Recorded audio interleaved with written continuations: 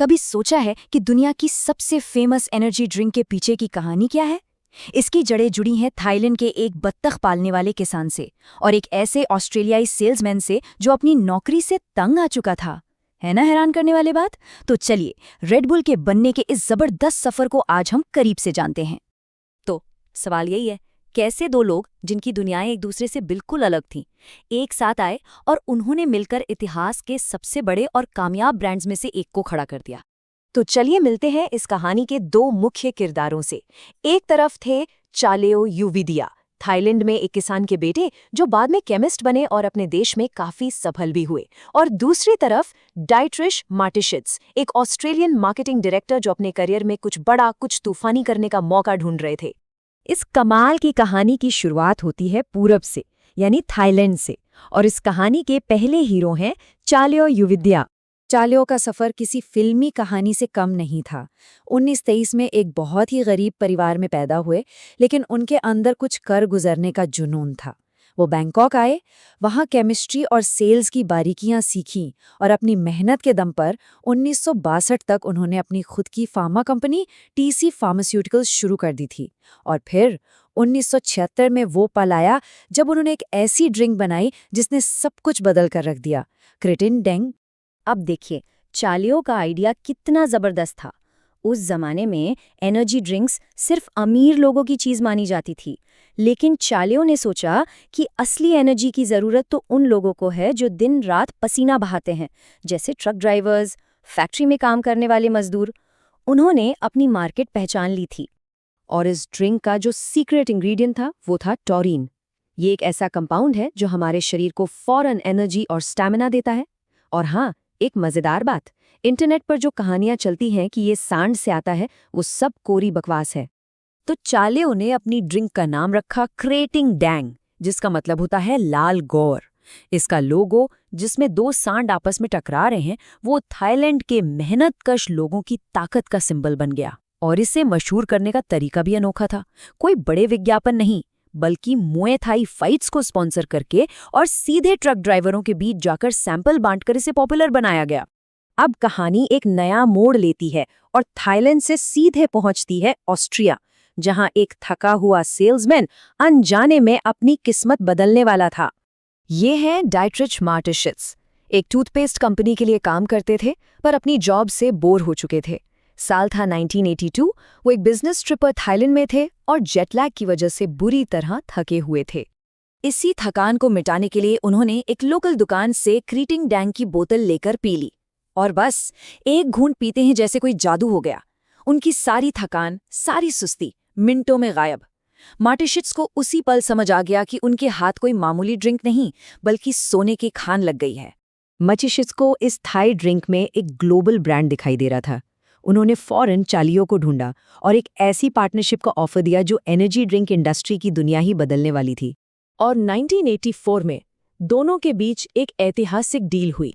दोनों ने $5-5 लाख इन्वेस्ट किए। चालेओ के परिवार के पास 51% हिस्सेदारी रही और मार्टिशिट्स को मिले 49%। अब मार्टिशिट्स का काम था इस ड्रिंक की ब्रांडिंग करना और इसे पूरी दुनिया में फैलाना।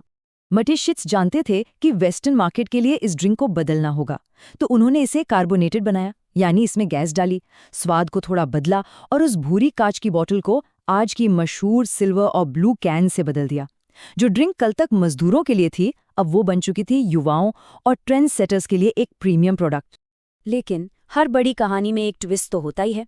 जब 1987 में रेड बुल को ऑस्ट्रिया में लॉन्च किया गया तो ये एक फ्लॉप शो साबित हुआ। लोगों को इसका दवा जैसा टेस्ट बिल्कुल पसंद नहीं आया। यहाँ तक कि सुपरमार्केट्स ने भी इसे अपनी शेल्फ पर रखने से साफ मना कर दिया। लगा कि ये आइडिया तो शुरू होने से पहले ही खत्म हो गया। पर मार्टिशिट्स हार मानने वालों में से नहीं थे। जब सीधे रास्ते बंद हो गए तो उन्होंने एक ऐसा टेढ़ा रास्ता अपनाया जिसके बारे में किसी ने सोचा तक नहीं था। उन्होंने फैसला किया कि वो ड्रिंक नहीं बल्कि एक एक्सपीरियंस बेचेंगे। इसी को कहते हैं गुरिल्ला मार्केटिंग।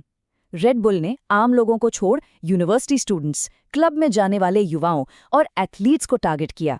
सड़कों पर रेड बुल की बड़ी सी कैन लगी गाड़ियां घूमने लगीं। कॉलेज स्टूडेंट्स को ब्रांड मैनेजर बनाया गया, जिनका काम बस पार्टियों में और कैंपस में रेड बुल को कूल बनाना था। और देखते ही देखते ये एक ड्रिंक से बढ़कर एक कल्चर बन गया। इसके बाद तो रेड बुल ने इवेंट्स की दुनिया में एक क्रांति ही ला दी।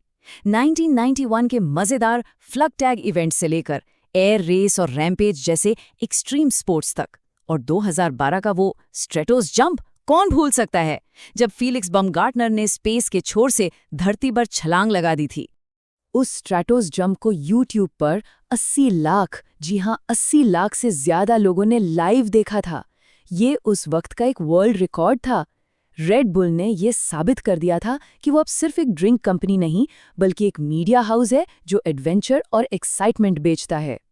रेड बुल अब कोई प्रोडक्ट नहीं, बल्कि एक पूरा का पूरा लाइफस्टाइल बेच रहा था, और इस पर कंपनी पानी की तरह पैसा बहा रही थी। अंदाजा लगाइए, साल 2011 में रेड बुल ने सिर्फ मार्केटिंग पर $2.1 बिलियन खर्च किए थे। जरा इस आंकड़े को देखिए, ये दिमाग घुमा देने वाला है। ये रकम उनके कुल प्रॉफिट का 84% थी। मतलब जितना कमा रहे थे उसका लगभग पूरा हिस्सा वापस ब्रांड बनाने में लगा रहे थे। इससे साफ था कि कंपनी के लिए प्रोडक्ट से कहीं ज्यादा जरूरी ब्रांड था। और कमाल की बात तो देखिए, एक नेगेटिव चीज को भी इन्होंने पॉजिटिव बना दिया। जब उनके slogan red bull gives you wings पर केस हुआ कि ये नारा झूठा है, तो कंपनी ने $13 मिलियन देकर मामला सेटल कर लिया। लेकिन इस केस की वजह से उनका ये स्लोगन पहले से भी कहीं ज्यादा मशहूर हो गया। तो रेड बुल की इस जबरदस्त कहानी से हम क्या सीख सकते हैं? चलिए इसे 4 जरूरी सबकों में समझते हैं। पहला सबक, हमेशा डेटा के पीछे मत भागो, कभी-कभी अपने विजन पर भरोसा करना ज्यादा जरूरी होता है। दूसरा, ब्रांडिंग ही सब कुछ है। प्रोडक्ट्स तो आते जाते रहते हैं, पर एक मजबूत ब्रांड कल्चर का हिस्सा बन जाता है। तीसरा सबक, लीक से हटकर सोचो, नियम तोड़ो, क्योंकि वही आइडिया आपको भीड़ से अलग खड़ा करते हैं। और चौथा, शुरुआत छोटी करो, एक खास मार्केट पर कब्जा करो और फिर पूरी दुनिया जीतो। तो आखिर में एक सवाल जो सोचने पर मजबूर करता है, रेड बुल असल में है क्या? एक ड्रिंक जिसने इतना बड़ा ब्रांड बनाया, या फिर ये एक ब्रांड है जो बस इत्तेफाक से एक ड्रिंक भी बेचता है? इस सवाल का जवाब ही इस पूरी कहानी का निचोड़ है।